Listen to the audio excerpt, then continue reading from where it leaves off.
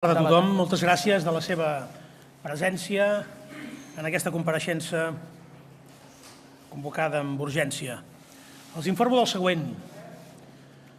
En aquestes darreres hores, abans no expiri la meva potestat per convocar eleccions al Parlament com a resultat de l'entrada en vigor de les mesures proposades per al govern espanyol en aplicació de l'article 155, he considerat la possibilitat d'exercir-la i de convocar eleccions.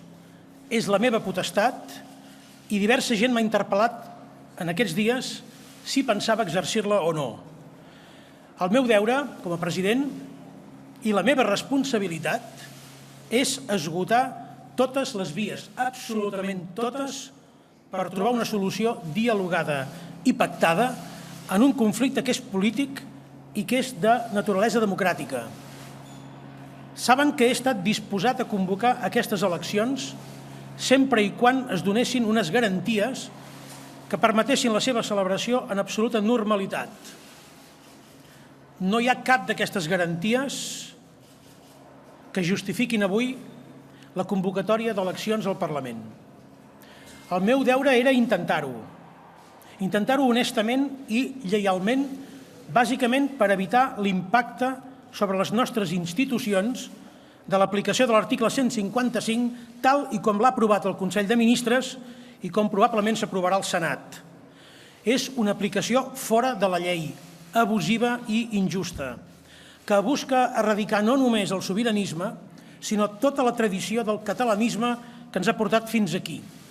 No accepto aquestes mesures, per injustes i perquè amaguen gairebé sense dissimular la intenció venjativa d'un estat que es va veure derrotat el dia 1 d'octubre. Tampoc no hi ha la intenció d'aturar la repressió i de procurar unes condicions d'absència de violència en què unes possibles eleccions s'haguessin pogut celebrar. He intentat obtenir aquestes garanties. Crec haver obrat d'acord amb la meva responsabilitat i amb el sentiment de gent de diferents opcions que ho ha anat plantejant. Però això no ha obtingut, una vegada més, una resposta responsable per part del Partit Popular, que ha aprofitat aquesta opció per afegir tensió en un moment en què el que cal és màxima distensió i diàleg. En aquest punt, i naturalment sense haver signat cap decret de dissolució i convocatòria d'eleccions, correspon al Parlament procedir amb el que la majoria parlamentària determini en relació a les conseqüències de l'aplicació contra Catalunya de l'article 155. Ningú no podrà retreure, és més, ningú no té dret a retreure a la part catalana voluntat de diàleg i de fer política. Ningú no podrà dir que jo no he estat disposat a sacrificis per garantir que es posarien totes les facilitats al diàleg. Ningú.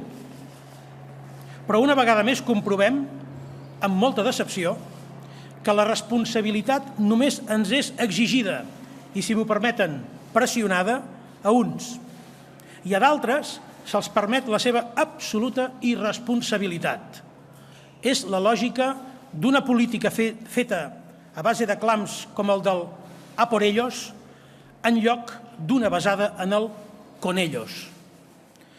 La societat catalana mobilitzada ens ha dut fins aquí a base de participació, de compromís i de serenitat, també de responsabilitat. Jo he intentat tenir a la meva presidència i en aquests dies que ens queden per culminar el camí aquest mateix compromís, aquesta mateixa serenitat. Cadascú la seva responsabilitat. La meva de president era esgotar fins al final totes les opcions que jo tenia a la mà. La societat catalana ho ha fet sempre, com aquest govern, invocant la pau i el civisme, practicant la pau i el civisme, militant en la pau i el civisme. Doncs bé, cal que aquestes hores que se'ns presenten, el compromís amb la pau i el compromís amb el civisme es mantinguin més ferms que mai. Perquè només d'aquesta manera, i subratllo, només d'aquesta manera podrem acabar guanyant. Moltíssimes gràcies, bona tarda.